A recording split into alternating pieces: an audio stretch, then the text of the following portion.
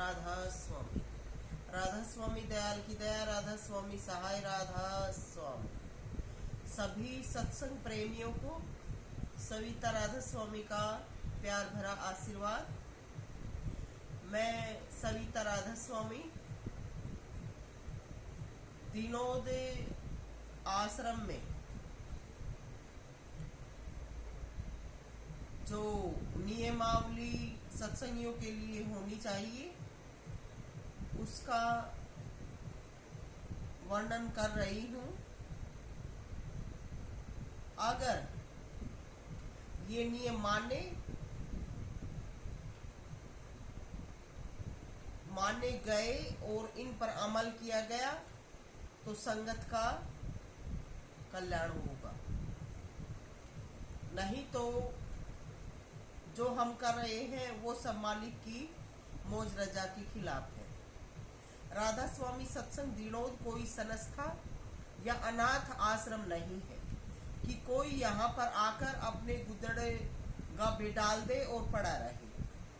जो भी जन जन्म से सत्संग में आते रहे हैं, सेवा करते रहे हैं, उन्हीं को दीनोद आश्रम में आकर रहने का हक है। और बाहर विदेशों से जो सत्संगी आते हैं उन्हें 15-20 दिन से ज्यादा आश्रम में रहने की इजाजत नहीं होगी, क्योंकि ये मालिक का दरबार है, कोई भ्रमण स्थल नहीं है। सत्संग में आने वाले आश्रम के वाहनों का प्रयोग अपने रिश्ते नातों में जाने के लिए नहीं करेंगे। अगर ऐसा करते हैं तो मालिक आज्ञा का उल्लंघन है।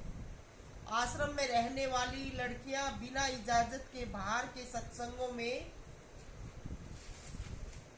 नहीं जाएंगी, और अगर बाहर आती जाती हैं तो कारण बताकर ही जाएंगी, क्योंकि 10 दिन आश्रम में 10 दिन बाहर, न तो ये सेवा है और न ये सत्संग का नियम है। जो दीनोद आश्रम में सेवा में नामांकित है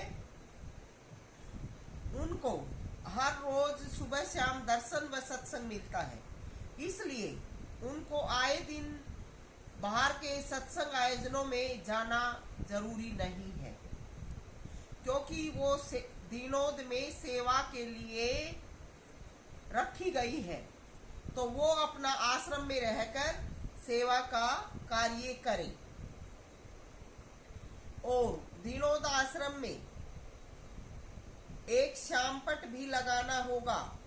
हर दिन ड्यूटी में तैनात रहने वाले सेवादारों की हाजिरी लगानी चाहिए।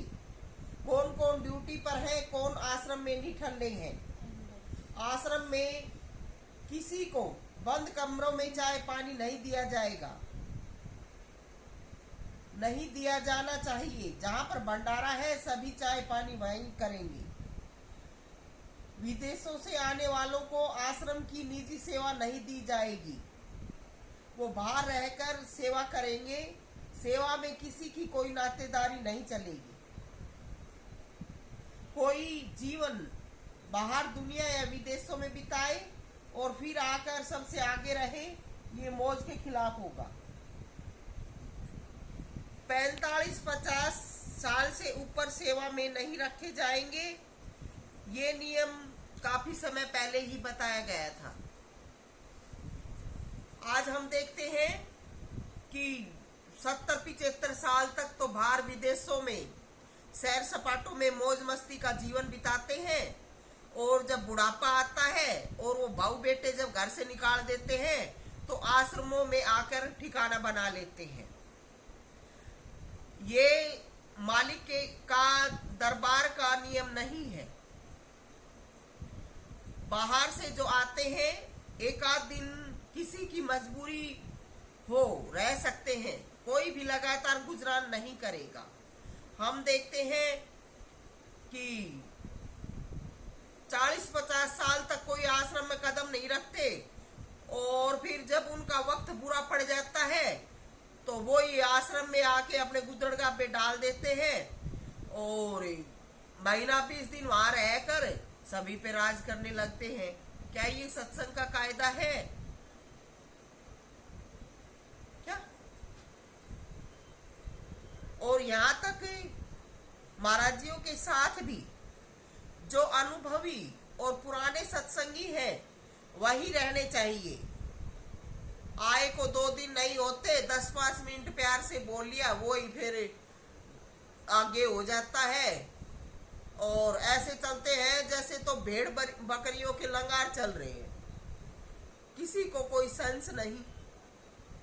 क्या ये तो जो आते हैं गुंडागर्दी करते हैं वो तो 2 दिन में ही महाराज बढ़ जाते हैं, और जो वर्षों से सेवा करते हैं उनको दर्शन भी नसीब नहीं होता, उनको आगे भी नहीं आने देते। क्या और फिर महाराज जियों के पास कमरे में सोते हैं। तो ये हर प्रकार की अति हो चुकी है, और अति हर चीज की बुरी होती है। अगर आज्ञा का उल्लंघन किया तो दंड उठाना होगा। किसी रोग बीमारी से ऐसे पीड़ित होंगे कि जन्म जन्मांतर तक पीछा नहीं छूटेगा। आश्रम तो फिर भी छोड़ना पड़ेगा,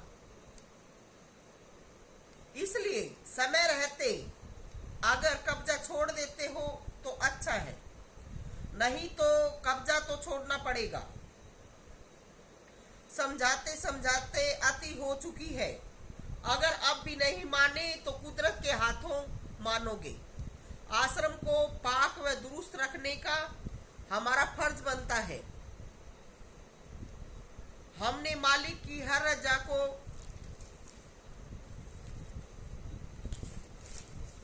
यूं ही मान रखा है, और हम अपनी मनचाही करते हैं और उपाय खुश रहने का ढूंढते हैं। कोई भी तुम्हारा निदान कर सकेगा? किसी भी प्रकार से तुम्हारा निदान नहीं होगा। कहा कि मोक्ष मुक्ति निज धाम सतलोक की बाट देख रहे हो, तुम तो अपने गिरेबान से भी बाहर नहीं निकले हो। कहा कि तुम्हारे अनामी धाम बड़ी बड़ी बातें बनाने से बड़े बड़े सफर तय नहीं होते, करने से होते हैं।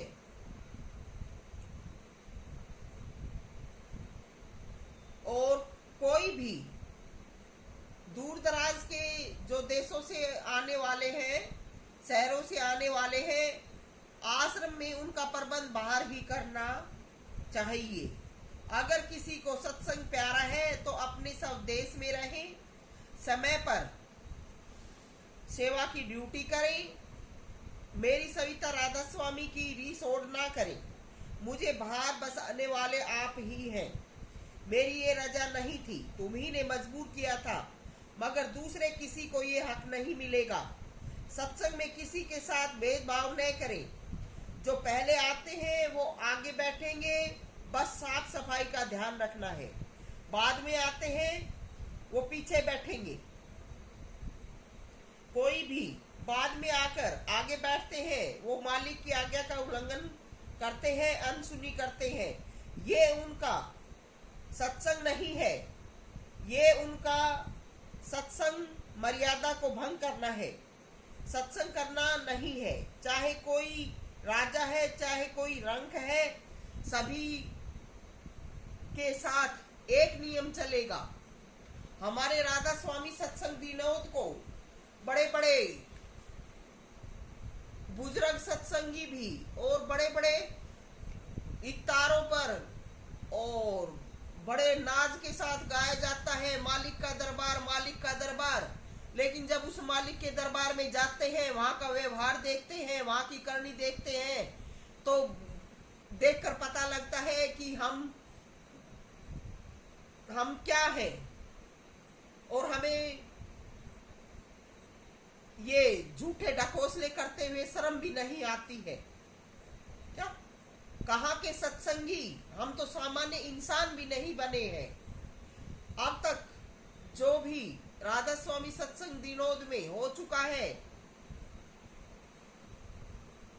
वो बस डांगर पशुओं की तरह से इंसानों को इकट्ठा करने का ही व्यवहार चलता आ रहा है। अभी क्या कहूं, विनोद में सत्संग भी नहीं हुआ है। जल्दी खत्म करें।